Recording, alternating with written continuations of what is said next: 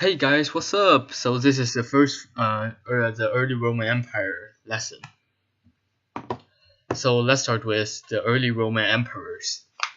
So the first four emperors that the people called them bad um, were Tiberius, Caligula, Claudius, and Nero. So why were they bad? For example, Nero. He killed the people he wanted if he wanted them out of the way, like including his own mother, and that is so corrupted. And like the rest three emperors do such things like that, and that is like terrible, yeah. And so after Nero died, a civil war broke out in AD 69. Emperors deposed by the Roman legions. Yeah, so at the beginning of the second centuries, uh, a series of five that was called the Good Emperors came to power, which were Nerva, Trajan, Hadrian, Antoninus Pius, and Marcus Aurelius. I think I pronounced it right. So they created a term like such as, no, not such as, such like the Roman peace, which is Pax Romania. Yeah. So they were famous about their tolerance.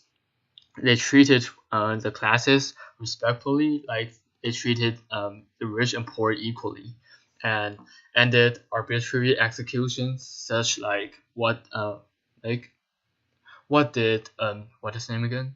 Nero, yeah, like what Nero did before, yeah, and they established helpful policies for the society and for the empire, and adopted capable men in their family so that they can show their talents.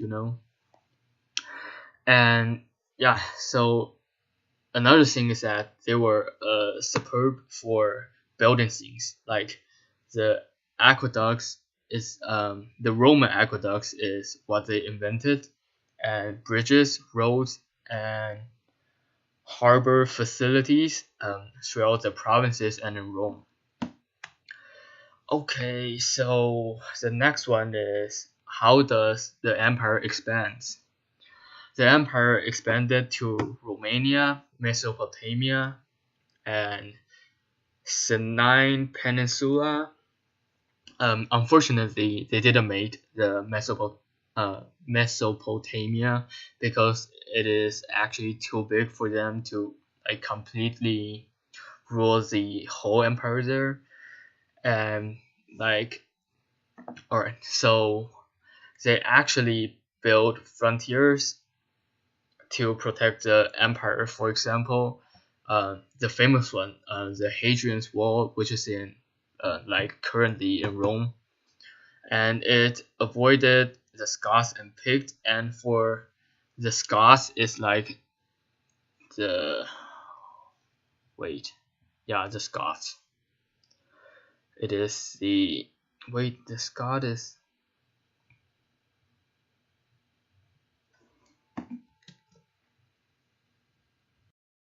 oh, the Scots is like the people in Scotland. Yeah, Scotland.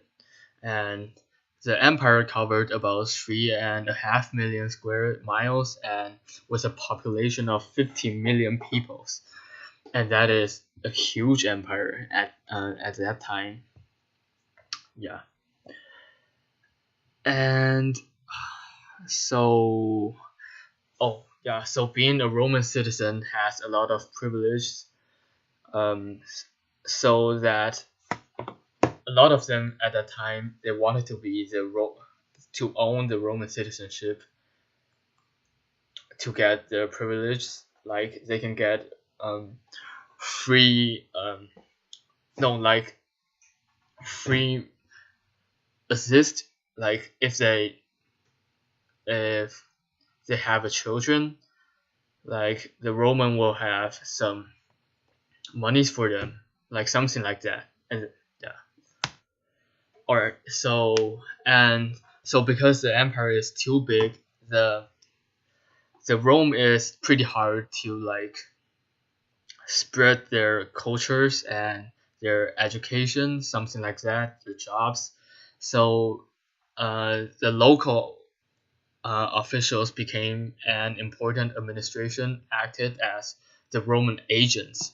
So they do governmental jobs for the emperors, and especially taxes.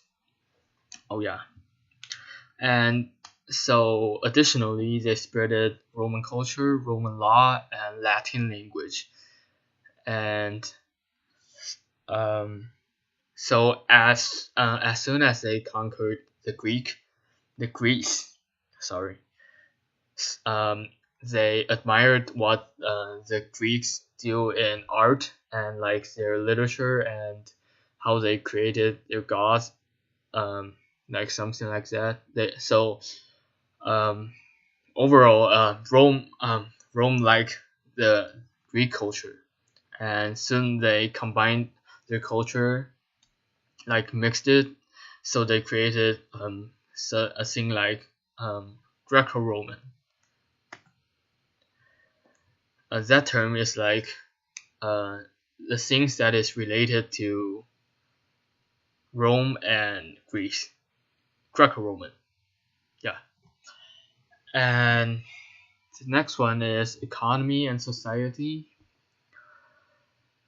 So the early empire has pretty much prosperity and internal peace, leading to the high levels of trade. And merchants from all over the empire came to the chief Italian ports of like on the Bay of Naples and at the mouth of Tiber. So yeah, for example, silk goods from China and grains for food like from somewhere in Mesopotamia and luxuries for rich people. And however, farming is always the most popular job to keep the people like alive. So latifunda, yeah, latifunda, that is the term for large landed estates, um, dominates farming in the southern and central Italy, and use slaves to raise cattle, and they sell their grains all over the world to gain money. And there is also a huge difference between the rich and poor. So, for example, the rich has great villa, like they can enjoy their lives there, and poor people have to work on the estates beside their wealthy neighbors, and that's pretty suck. Alright, so next one, let's move on art. Okay, so during the third and second centuries, the Roman adopted many features of the Greek style of art. Um, they developed a taste of Greek statues, but right, so the Greek worked for like ideal appearance, so this is why you can see that the statues of their god and goddesses, which is like very handsome and somehow pretty, something like that. And for Roman, they work on the statues for realistic, like they even sculptured like unattractable physical features. You know what I mean? Yeah. And for the architecture, and it is like somehow related to art, right? However, um, they adopted the Greek styles of doing architecture, such like colonnades and rectangular structure, to build their buildings and bridges. And Romans still use their like famous architecture style, like arc, vault, and domes. And yeah, oh yeah, so that I mentioned before, the aqueduct that which made them superb builders during that time, because they supplied like over and single aqueduct can supply like 1 million of populations of the Romans. Yeah. Okay, so let's move on literature. literature, like during the Augustan age, which was called the golden age of Latin literature, and the most recognized poet was written by Virgil. I don't know who it is. Virgil. So he wrote that the Roman virtues are duty, piety, and faithfulness, and which suited um like how did the Rome grew so great, like he basically expressed the Roman people's attitude. All right. And another one is Horace. He pointed out the follies and vices at his age. So this is like what people like to see, but unfortunately, Horace, he was executed by the governors that time because he wrote too much bad things about the governors and be too popular. And Livy, um, he writes about the Romans' moral lessons and explain how did virtues made Rome great at that time. And the famous book is that the early history of Rome. Okay, let's move on. So the early family life and women roles.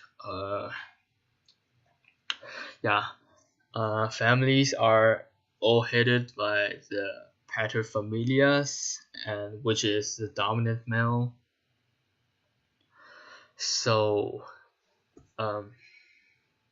anyways, Romans raised children at home. Like they trained them. Uh, they trained them to like wait. Let me check. Like they learned reading and writing and moral principles and family values, law and physical training to prepare them to be soldiers. At age 16, for Roman males had a special ceremony, like they will change their usual purple toga to white. It is like a symbol of manhood. And for girls, only upper classes families send their daughters to primary schools or hire tutors. Like for poor girls, sorry, they don't have that kind of uh, yeah, like that kind of education. They simply like help their mom to grow crops and do women jobs. Yeah, and yeah, so the male believes that the woman's weakness is for them to have a male guardian, and females are often married at age 12 to 14, and by AD 100, paterfamilias had no more control in the family. Hooray! And for example, they can sell the children to be slaves anymore. And for this, I was so surprised. It's like the parents actually sell their kids to be slaves. Yeah. And the upper class women had more freedom. Like they have their own rights and inheritance, independence, and they can sell their own property and raise their own monies and raise their own family. And yeah, and like they don't need a male guardian to attend entertaining stuff like uh attend theater. Yeah, something like that. Um, Slavery and slave revolts. So the ancient Romans, actually, they're pretty related on the slaves. All right, wait.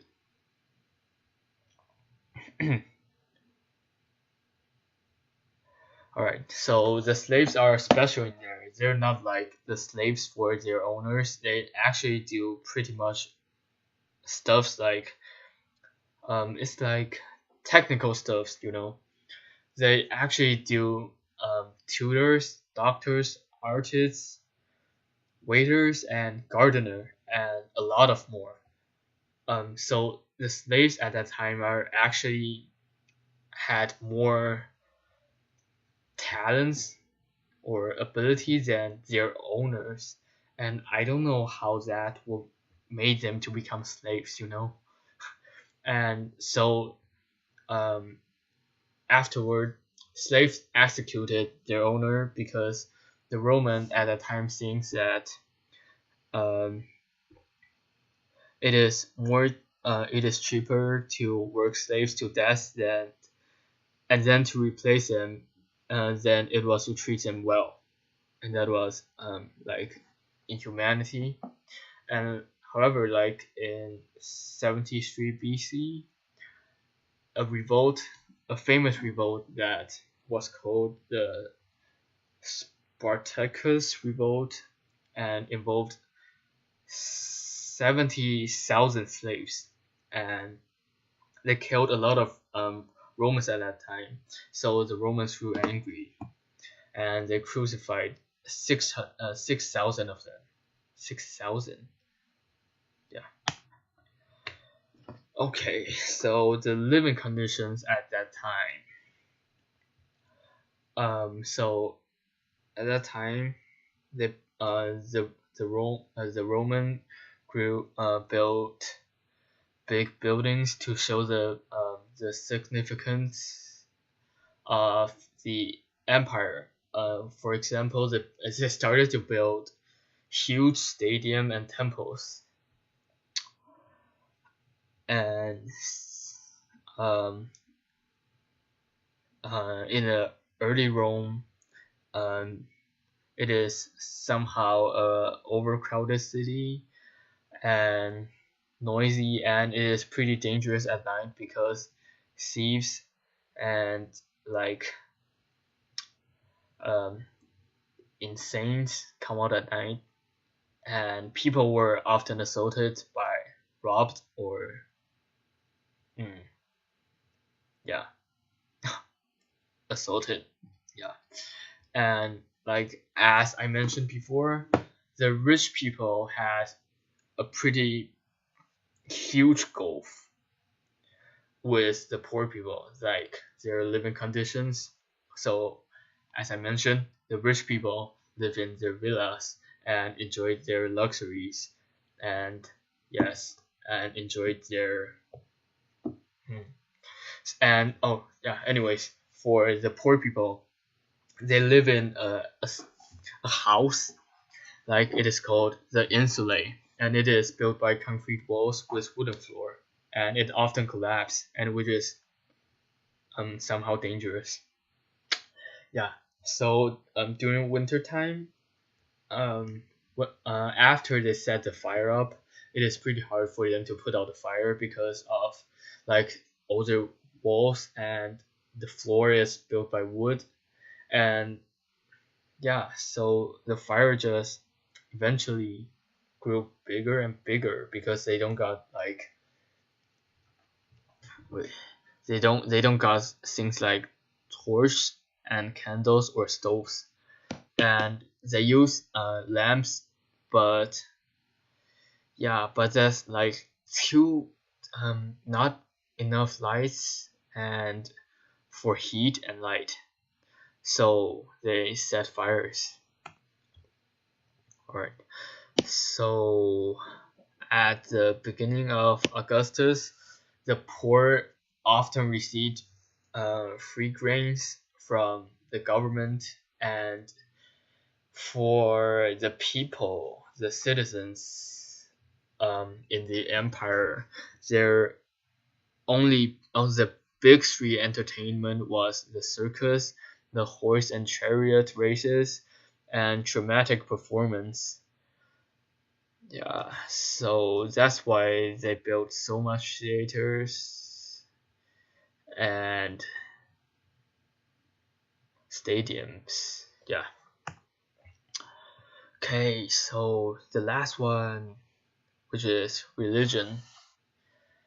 Okay, so the Roman things believed that the observance of proper ritual by a state priest brought them into a right relationship with the gods, and they believed that many people believed the proper rituals like did by the priest will bring good relationship with God. Yeah, and they also believe that creating a great empire means of doing the favor of God. And this is kind of weird because they killed so much people, and it's like they're blaming the God for them to kill so much people. Yeah, and anyways, um, they are also tolerant to other religions, which is awesome.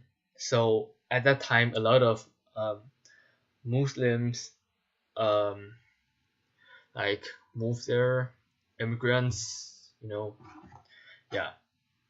Um, so some of the emperors at that time were often called God by the Roman senators, and yeah, that's all, guys. So thank you.